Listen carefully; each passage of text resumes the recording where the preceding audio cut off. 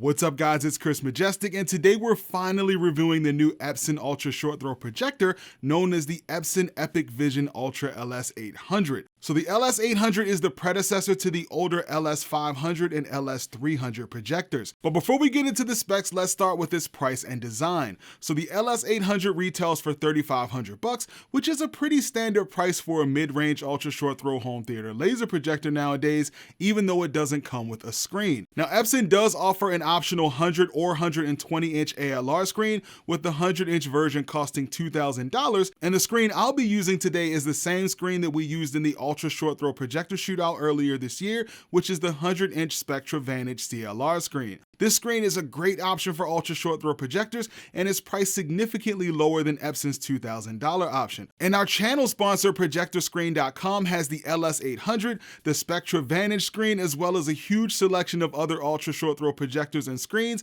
so make sure to use the affiliate links in the video description if you have any questions or if you're interested in buying any of these items. So what are you getting for your $3,500? Well, I can tell you the first thing I noticed after unboxing the LS800 is that it has a very premium feel to it. It's available in either black or white, so of course I opted for the black version. The other thing I noticed is that it has a bit of a wider footprint than other ultra short throws out there, coming in at just over 27 inches wide, 6 inches tall, and over 13 inches deep. I really like the curves and attention to detail in the design of this projector. I also love the fact that it's subtle and doesn't stand out much, but it looks like a high quality piece of equipment. Like most ultra short throws, it has speakers in the front, and these speakers are powered by Yamaha, and they're a far cry from the terrible speakers that were in the LS500, which I'll talk about later. And unlike the huge protruding lens on the LS500, the LS800's lens is recessed into the top, and Epson is using a new lens system that produces less distortion for better focus uniformity, which is a welcome addition. The bottom of the projector has 3 adjustable feet with 2 in the front and 1 on the rear. It has vents on the left-hand side, nothing on the back, which I'm sure was done on purpose considering how close it can sit to the wall with its insane throw ratio. It has a power button on the right side, as well as a door that hides the focus dial as well as all of the ports. So you get a USB service port, 3 full-size USB ports, a headphone jack, optical audio output, and 3 HDMI 2.0B ports. So the LS800 uses what Epson calls their 4K Pro UHD system. This system uses 2-phase pixel shifting, which effectively doubles full HD resolution, producing about 4 million pixels on the screen, which I'll talk about later. It has a laser light source that produces 4,000 lumens of color and white brightness, and it has a 0.16:1 throw ratio, allowing it to produce a 100-inch screen from just 3.5 inches away from the wall, and it can produce a screen up to 150 inches. It also has Android TV 11 pre-installed and comes with an Android TV voice remote. And unfortunately, the 3D fanboys will have to sit this one out, as the LS800 does not have 3D support. So once I got the LS800 projected onto the screen, I had no issues getting up and running with the built-in Android TV OS.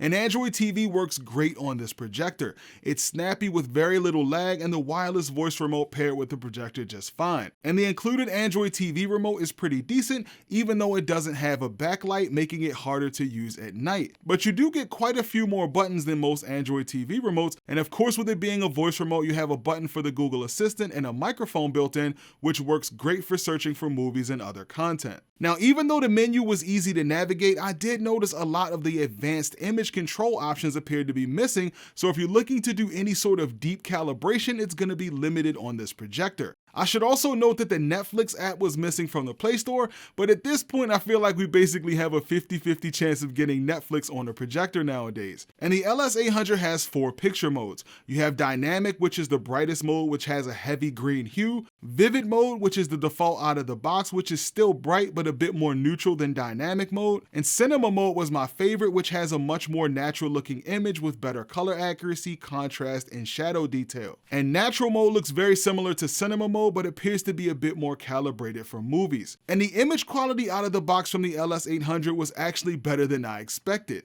So earlier I mentioned that this projector uses Epson's 4K Pro UHD system.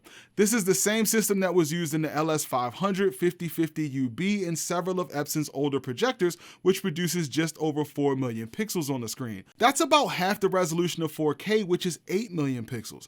Now considering this, I was expecting to see an image similar to my 5050UB QB, but with the LS800 producing a 100-inch screen and me sitting about 10 feet away, it was really hard to tell it wasn't a 4K image. And beyond sharpness, the image was super bright with vivid color, fantastic contrast, and great black levels. And even though it's rated at 4,000 ANSI lumens, I actually measured it and got around 4,100 ANSI lumens, which is not only brighter than their claim, but makes it significantly brighter than pretty much everything else. With so much brightness and vivid color, I was excited to see how HDR content looked, since I know how challenging it could be for a projector, and the LS800 didn't disappoint. There's a dedicated HDR slider in the picture settings, and adjusting this slider to the right produces a flatter image at the expense of brightness. So if you're looking for more of an HDR effect, you can increase it, and if you're looking for more brightness, you can decrease it. Now, I would have liked to see dynamic HDR or a few more control options, but either way, the HDR looked fantastic thanks to the excellent contrast and black levels from this projector. I was able to see shadow detail in areas where other ultra short throw projectors struggled, and it produced a nice natural looking image that didn't seem artificial. And this brings us to brightness. So the LS800 has an ambient light sensor, so it can automatically adjust its brightness, but I wasn't able to find a way to control the laser brightness other than the dedicated brightness buttons on the remote. I suppose I may have missed this setting somewhere, or this might just be because I'm using a sample model. But once I cranked up the brightness using the remote, this thing had more than enough brightness to cut through the ambient light in the room, even with some of the curtains open. Now, of course, HDR content isn't going to look its best in a really bright room with a bunch of windows, but with the shades closed, it's definitely watchable on this projector, and certainly brighter than most ultra short throws. Now, even though the HDR content looked great with this projector, SDR is where you really get to see just how bright this projector really is. Watching sports, cartoons, or pretty much anything with the brightness cranked all the way up produces an image that looks similar to a TV. Not only are the colors accurate, but with this being a 3 LCD projector, you get colors that are incredibly bright, and the image pops in a way that's hard to explain. Another benefit of 3 LCD is that it doesn't produce any rainbow effect, which is really common with bright projectors and several other ultra short throws, which makes this one stand out even more from the rest. And the black levels from the LS800 were also great. I found it best to leave the ambient light sensor turned on, which dims the overall image whenever the room is dark, which improves the black levels. And the dynamic contrast setting is also a must, considering how much it improves the black levels, and it seemed to work best when set to high speed. With all those settings in place, I got great black levels that were very similar to the 4-movie theater projector, which is no easy feat considering the brightness this projector is capable of. Alright, so what about you gamers out there? Well, Epson projectors have always been great for gaming, and the LS800 is no exception. With the projector set to HDMI 3, I got an average input lag of around 21 milliseconds, which is absolutely fantastic for a projector that's not marketed as a gaming projector. This is more than fast enough for most games and even works well for some fast-paced gaming. Alright, so what about the Yamaha speakers? Well, even though these speakers didn't blow me away, I'd say they're still above average. It comes with 2 5-watt speakers and a 10-watt subwoofer, and sounds significantly better than the older Epson LS500. Even though the sound from the LS800 was pretty immersive, my biggest concern was that the speakers didn't get as loud as I wanted them to. They produce a decent amount of bass up until around 50 or 60% volume, but then the sound starts to compress heavily and kind of starts to thin out. Now, with that being said, they do work really well for TV and movies if you don't have home theater speakers, and they did a pretty good job of filling the room with virtual surround sound. And when it comes to fan noise, I did notice that the fans do produce a good amount of noise with the projector at full brightness. The fan noise was audible from my seating position about 10 feet away when the room was quiet, but it wasn't annoying, so I don't consider it to be a major issue. Alright, so now that I've talked all about the things I love about this projector, what are the things I think could be better? Well, the first thing is that it's not a 4K projector.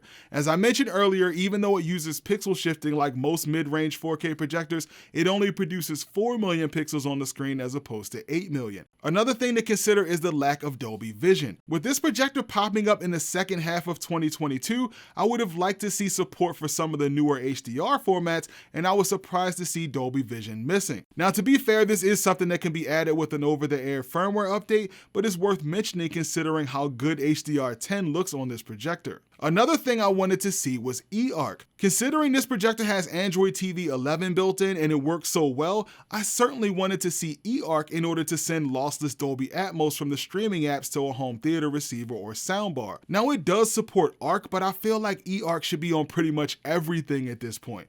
I suppose this could be due to the lack of HDMI 2.1, but being priced at $3,500 without a screen, I do think is kind of a misstep. But even with those few drawbacks, I still think this is a top performer among all the other ultra short throw projectors. The fact that you're getting insane brightness, great color accuracy, amazing color vibrance, an insanely short throw ratio, great black levels, no rainbows, and low input lag for gaming, it's hard not to recommend the LS800 to most people. Unless you're going with a huge 150-inch screen, you're probably not going to notice the lack of 4K resolution, and if you can get past that, the pros definitely start to outweigh the cons. Overall, I think it's pretty clear that the LS800 is a strong effort from Epson to address everything we didn't like about the LS500 while still staying true to their reputation of making great all-around projectors. Alright guys, that's going to pretty much do it for this video. Hopefully you found it helpful. If you did, go ahead and make sure you mash that like button for me. Don't forget to subscribe to the channel so you don't miss out on any new videos. And I do plan on reviewing the Epson LS11000 really soon, so make sure you're subscribed so you don't miss out on that video, as well as a few others. Thanks for watching guys, and I'll see you in the next video.